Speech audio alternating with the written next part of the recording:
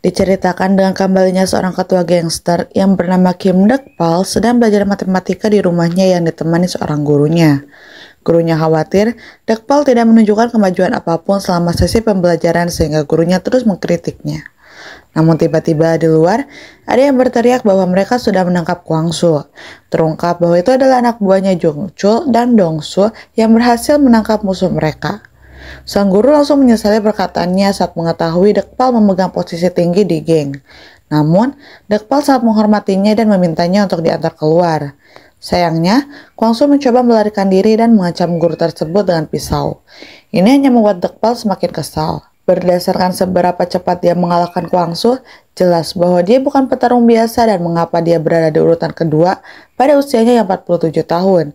Ia masih lincah dan mampu mendaratkan pukulan ke knockout. Setelah kejadian tersebut, mereka membawa guru tersebut ke rumah sakit dan kemudian mengunjungi ketua, pemimpin geng. Dekpal mengungkapkan kekhawatirannya bahwa Kwang Su mungkin membelot ke geng saingannya. Namun, ketua tetap tidak terganggu dan menyarankan Dekpal untuk fokus pada studinya dan mengambil alih geng tersebut.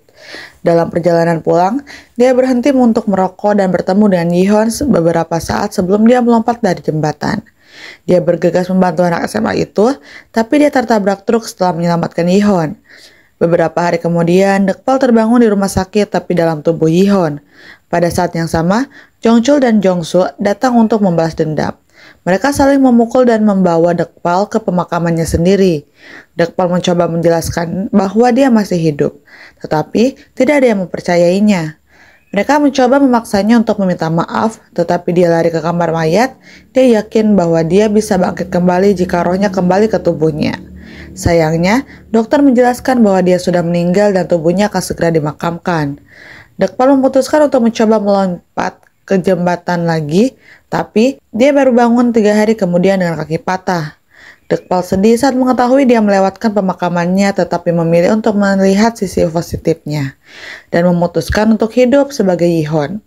Tak lama kemudian, sekretaris ayahnya datang dan membawa buku-buku sekolah dan tablet pribadinya.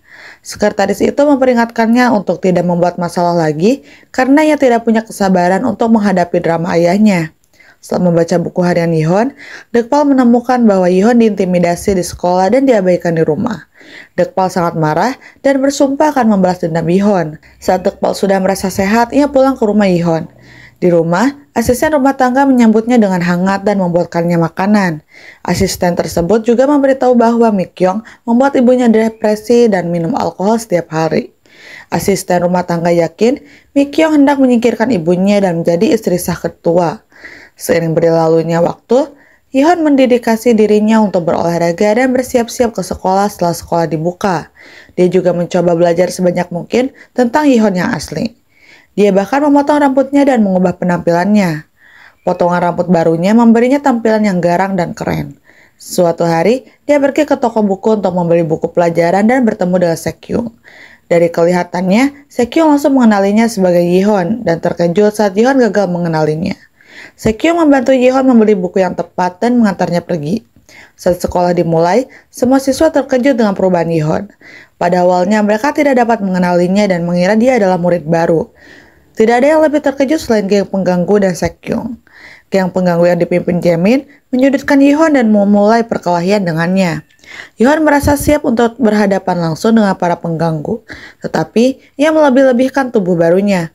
Meskipun ia seorang petarung yang terampil, tubuh barunya tidak cukup kuat. Sayangnya, ia ditendang hingga pingsan.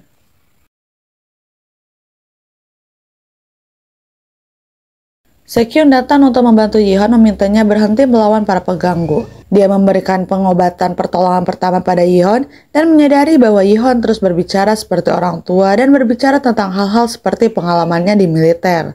Dia bingung karena Yihon masih duduk di bangku SMA dan belum pernah menjalankan wajib militer. Sekyung mulai mengajukan pertanyaan seperti bagaimana Yihon tidak mengenalinya di toko buku. Dia bilang, mereka adalah teman baik, jadi ini mengejutkan. Yihon mengungkapkan dia mengalami kecelakaan dan kehilangan ingatannya. Namun, sikap Sekyung tiba-tiba berubah.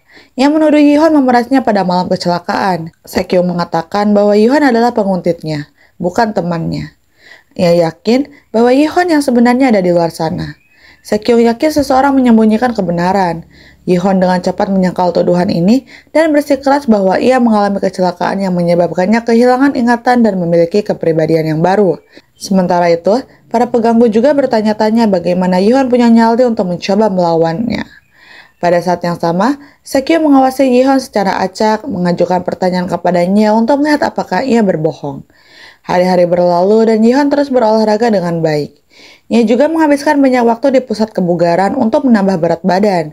Ia bahkan membela diri ketika sekretaris ayahnya mengancam akan mengirimkannya ke sekolah asing. Suatu malam, Yihon mampir ke pemandian umum tersebut dan terlibat konfrontasi dengan dua anggota geng yang menggunakan keterampilan bertarungnya untuk membuat para gangster patuh dan bahkan memperkenalkan dirinya sebagai Dekpal. Di akhir pertengkaran itu, kedua anggota geng itu membungkuk kepadanya dan dia memberi mereka sejumlah uang saku. Segera setelah Yihon pergi, Jungchul datang bersama sekelompok pengganggu dari sekolah.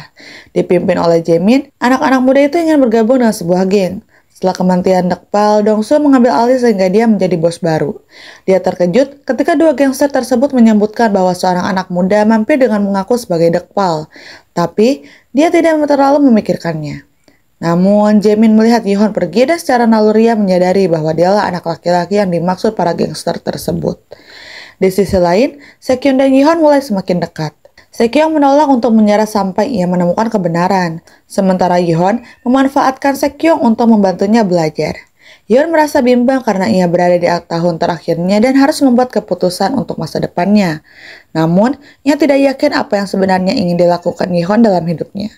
Suatu malam, rasa ingin tahu menguasai Sekyung, dan ia memutuskan untuk mengunjungi Yihon. Ia menggunakan kesempatan ini untuk masuk ke kamar Yihon dan mencari petunjuk. Yihon mendapati Sekyung mengintip di kamarnya dan mengumpulkan bukti DNA. Ia mulai curiga mengapa Sekyung berusaha keras untuk menemukan kebenaran. Sekyung mengungkapkan bahwa dia merasa bersalah dan ingin mencari tahu apa yang terjadi pada Yihon. Saat mereka berbincang, ibu Yihon mulai membuat keributan di lantai bawah. Sekyung mendapatkan lebih dari yang diharapkannya saat ia menyaksikan kenyataan hidup Yihon. Ibu Yihon menyalahkannya karena telah menghancurkan karir dan hidupnya. Ia adalah seorang aktris terkenal hingga ia terlibat dengan ketua dan hamil. Ia menghabiskan hari-harinya dengan minum-minum dan marah saat Yihon memerintah semua alkohol di rumah disingkirkan.